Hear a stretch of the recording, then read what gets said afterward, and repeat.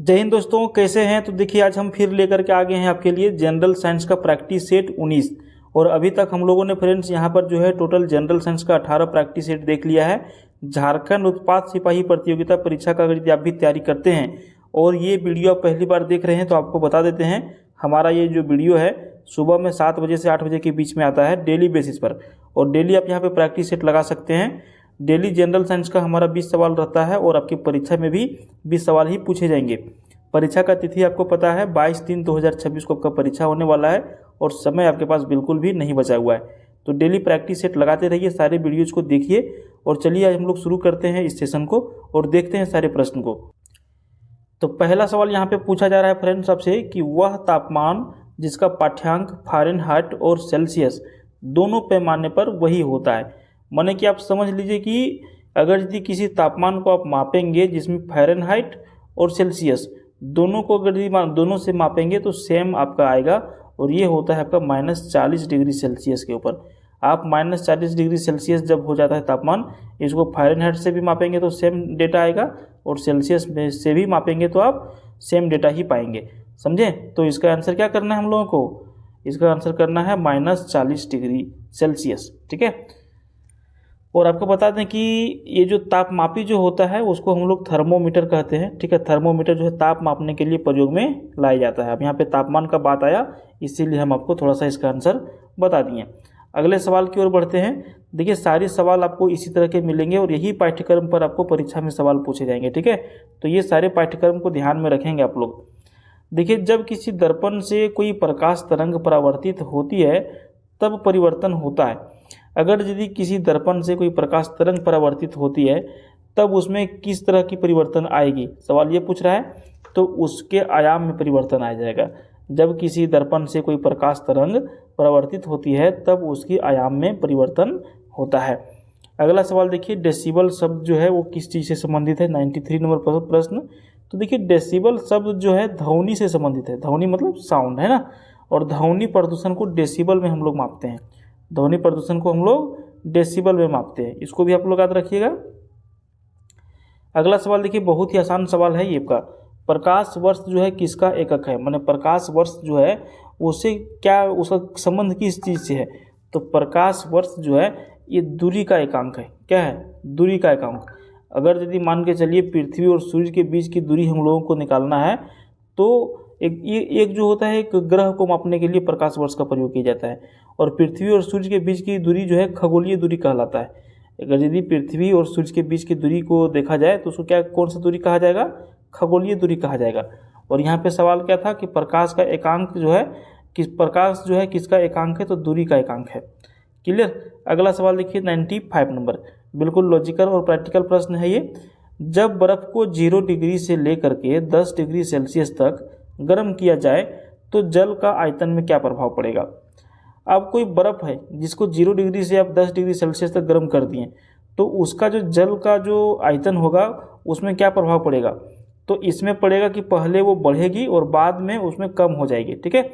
जब बर्फ़ को 0 डिग्री से 10 डिग्री सेल्सियस तक गर्म किया जाता है तब जल का आयतन पहले बढ़ जाता है उसके बाद कम होता है। क्लियर हो गया। 96 नंबर सवाल देखिए, 1 माइक्रोन किसके बराबर होता है। माइक्रोन जो है मापने का एक यंत्र है, एक तरीका है। तो देखिए 1 माइक्रोन के बराबर जो होता है वो होता है आपका इसका जो डेटा है आप ऐसे याद रख सकते हैं, ये ऑप्शन डी कर सकते हैं। ठीक है। 0.3 × 0 1 mm। ठीक है। 0.0001 mm ये होता है 1 माइक्रोन के बराबर। ठीक है। अगला सवाल देखिए 97, विमा MLT के पावर 2 किसके अनुरूप है। 97 का आप लोग को आंसर करना है ऑप्शन ए, बल का। ठीक है। जो बीमा है ML2 बल का अनुरूप है। भौतिकी के पिता न्यूटन ने 1687 ईस्वी में अपनी पुस्तक जिसका नाम था प्रिंसिपिया में सबसे पहले गति के नियम को प्रतिपादित किया था। ठीक है। वो भी आप लोग को याद रखना है। और यहाँ पे बीमा ML2 किसके अनुरूप है, तो बल का अनुरूप है। अगला सवाल की ओर बढ़ेंगे। 98 नंबर देखिए पूछ रहा है कि निम्नलिखित में से किस खाद्य पदार्थ में एक ही मात्रा में अधिकतम कैलोरी मान विद्यमान है। खाद्य पदार्थ है और एक ही मात्रा में अधिकतम कैलोरी मान जो है विद्यमान है, माने कि अधिकतम कैलोरी हमें प्राप्त हो जाता है। क्या होगा, सही आंसर करेंगे मक्खन। ठीक है, मक्खन खाद्य पदार्थ में एक ही मात्रा में अधिकतम कैलोरी मान होगा। जैसे सेब, पनीर और चीनी से, यदि इन सभी चीज़ों को देखा जाए तो सेब, पनीर, चीनी से सबसे अधिक जो मान होगा वो मक्खन का होगा। और कैलोरी को हम लोग, कैलोरी जो है ऊर्जा का एसआई मात्रक है, कैलोरी जो है ऊर्जा का एसआई मात्रक है, इसको भी आप लोग याद रखिएगा।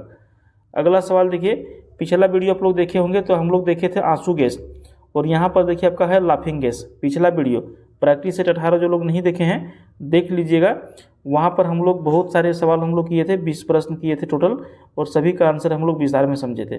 और प्रीवियस वीडियो में आंसू गैस के बारे में दिया गया था सवाल, यहाँ पे लाफिंग गैस है। तो देखिए लाफिंग गैस का रासायनिक नाम क्या है, क्वेश्चन चेंज है, वहाँ पे आंसू गैस के बारे में दूसरा सवाल था, और यहाँ पर है आपको लाफिंग गैस का रासायनिक नाम जो है वो बताना है। 99 का हम लोग आंसर करेंगे नाइट्रस ऑक्साइड। ठीक है, लाफिंग गैस का रासायनिक नाम जो है नाइट्रस ऑक्साइड है। इसका सिंबल कैसे है तो ऐसे है N2O। ठीक है, नाइट्रस ऑक्साइड लाफिंग गैस का। उसके बाद देखिए अगला सवाल हम लोग देखेंगे 100 नंबर। पीतल जो है किसकी मिश्र धातु है। आप बर्तन उर्तन जब सोने चांदी का शादी ब्याह में लेने जाएंगे तो ध्यान रखिएगा, पीतल जो है किसकी मिश्र धातु है, माने पीतल जो है क्या क्या चीज़ से मिल के बना होता है। तो देखिए इसका आंसर आप लोग करना है जस्ता और तांबा का। पीतल जो है तांबा और जस्ता का मिश्रण धातु होता है। पीतल बनाने में जो है देखिएगा, अगर पीतल का कोई सामान लीजिएगा ना तो 70% यहाँ पर तांबा का प्रयोग मिलेगा। ठीक है, 70% तांबा का। तो सर 30% में क्या मिलेगा, 30% में आपका जस्ता मिलेगा। 30% जस्ता और 70% तांबा, समझे। जस्ता कितना रहेगा 30%, और ये दोनों को जब मिला देंगे तो क्या बन जाएगा, दोनों को मिला देंगे तो पीतल बन जाएगा, समझे। तो पीतल किसका मिश्र धातु है, जस्ता और तांबा का, समझ गए। अगला सवाल देखिए, प्राकृतिक गैस का मुख्य घटक कौन सा है। प्राकृतिक गैस का मुख्य घटक कौन सा है, मीथेन है। सही आंसर क्या करेंगे, मीथेन। ठीक है, उसके बाद देखिए 102 नंबर। दिया सलाई में प्रयोग किया गया फास्फोरस का अपरूप होता है। दिया सलाई में प्रयोग किया गया फास्फोरस का अपरूप होता है, क्या हम लोग इसका आंसर करेंगे, इसका करेंगे लाल फास्फोरस। दिया सलाई में प्रयोग किया गया फास्फोरस का अपरूप लाल फास्फोरस होता है। क्लियर, सभी लोगों को सवाल समझ में आ रहे हैं ना। अगर यदि किसी सवाल में डाउट है या फिर आपको लगता है कि आप इस सवाल का आंसर 2-3 तरीके से और जानते हैं तो आप कमेंट बॉक्स में आइएगा, प्रश्न नंबर लिखिएगा कि प्रश्न नंबर 102, 103, 104 कुछ भी, उसका आंसर लिखिएगा। आपका आंसर बहुत सारे लोग कमेंट में जाकर के देखते हैं तो आपका नाम भी वहाँ पे चला जाएगा कि हाँ भाई इसने जो है कमेंट करा है। ठीक है, तो उसमें आप ही को फायदा होगा, आपका आंसर बहुत सारे लोग पढ़ लेंगे। सवाल देखिए, परमाणु क्रमांक 20 वाले परमाणु का इलेक्ट्रॉनिक विन्यास क्या है। अब इसका आंसर देखिए सभी लोगों को पता ही होगा, जहाँ तक हमें लग रहा है इसका आंसर हो जाएगा 2882। ठीक है, परमाणु क्रमांक 20 वाले परमाणु का इलेक्ट्रॉनिक विन्यास जो है 2882 होगा, समझिए। चलिए अगले सवाल की ओर बढ़ेंगे। 104 नंबर। सबसे पहले तो बहुत सारे अंग्रेजी मीडियम वाले को समझ में नहीं आएगा कि ज्वर है क्या।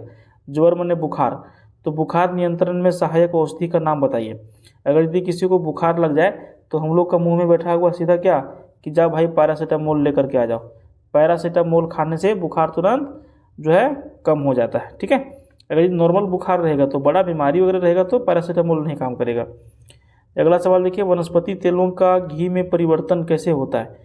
वनस्पति तेल का घी में परिवर्तन कैसे होता है। सही आंसर करेंगे हाइड्रोजनीकरण के द्वारा। ठीक है, वनस्पति तेलों का घी में परिवर्तन हाइड्रोजनीकरण के द्वारा किया जाता है। देखिए अभी आपका परीक्षा है और ज़्यादा समय आप बर्बाद करेंगे ये सब चीज़ों में तो दिक्कत होगा।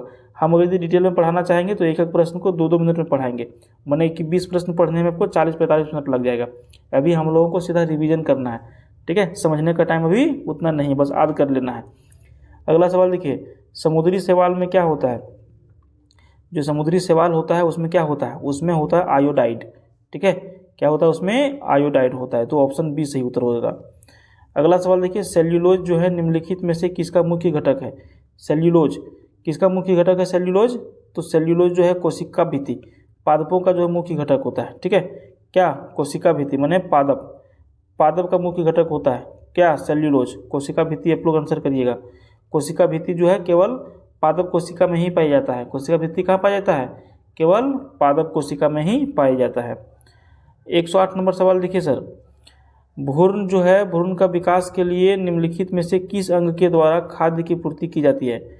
भ्रूण विकास के लिए निम्नलिखित में से किस अंग के द्वारा खाद्य की पूर्ति की जाती है। 108 नंबर, भ्रूण के विकास के लिए गर्भाशय से खाद्य माने कि भोजन की आपूर्ति की जाती है। ठीक है, ऑप्शन ये करेक्ट आंसर होगा। 109 नंबर देखिए, पीनियल ग्रंथि कहाँ होती है? पीनियल ग्रंथि जो होती है ये कहाँ पर होती है?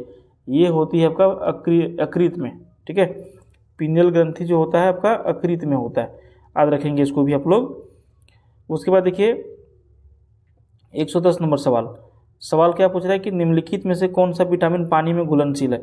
अब विटामिन देखिए बहुत प्रकार के हैं, विटामिन बी है, विटामिन सी है, विटामिन ए है, विटामिन ई है, विटामिन के है, ये बहुत सारे विटामिन है। तो यहाँ पे सवाल है कि कौन सा विटामिन है जो पानी में घुलनशील है? तो पानी में घुलनशील विटामिन जो है वो विटामिन बी है, ऑप्शन बी यहाँ पर सही उत्तर करेंगे। ठीक है, विटामिन सी जो है वो भी पानी में घुलनशील है, विटामिन सी वो भी पानी में घुलनशील है, लेकिन यहाँ पे देखिए ऑप्शन से विटामिन सी हटा दिया है, तो हम लोग क्या करेंगे? ऑप्शन बी करेंगे। ठीक है, अच्छा, vitamin A, vitamin D, vitamin E और विटामिन के वसा या फिर कार्बनिक घोल में घुलनशील है। ये सारे ए, डी, ई और के ये पानी में घुलनशील नहीं है। अच्छा, विटामिन डी और के जो है इसका संश्लेषण हमारे शरीर में हो जाता है, विटामिन डी और के का संश्लेषण हमारे शरीर में होता है। विटामिन के जीवाणुओं द्वारा हमारे कोलन में संश्लेषित होता है तथा वहाँ से उसका अवशोषण जो है होता है। विटामिन डी का रासायनिक नाम आपका पूछा जाए तो विटामिन डी का रासायनिक नाम आप लोग मारिएगा कैल्सीफेरोल। समझे? इसको इतना चीज़ों को आप लोग ध्यान में रखिएगा। समझ गए? तो फ्रेंड्स यहाँ पर हम लोगों का कितना सवाल कंप्लीट हो गया? टोटल हो गया हम लोगों का 20 सवाल। अगर यदि ये वीडियो पसंद आया तो वीडियो को आप लाइक करिए, और डेली सुबह में 7 बजे से 8 बजे के बीच में हमारा वीडियो आ जाता है डेली। तो डेली प्रैक्टिस सेट आप लोगों को लगाना है। शाम में हमारा झारखंड सामान्य ज्ञान का वीडियो और झारखंड माने परीक्षा के लिए जो जनरल नॉलेज का जो पेपर 3 का भाग जो है वहाँ से 40 प्रश्न भी हमारे डेली बेसिस पर आते हैं। तो अब डेली बेसिस पर हमारा वीडियो देखना चाहते हैं तो चैनल को सब्सक्राइब भी कर लीजिए, पास वाले बेल आइकन को प्रेस कर लीजिए। धन्यवाद।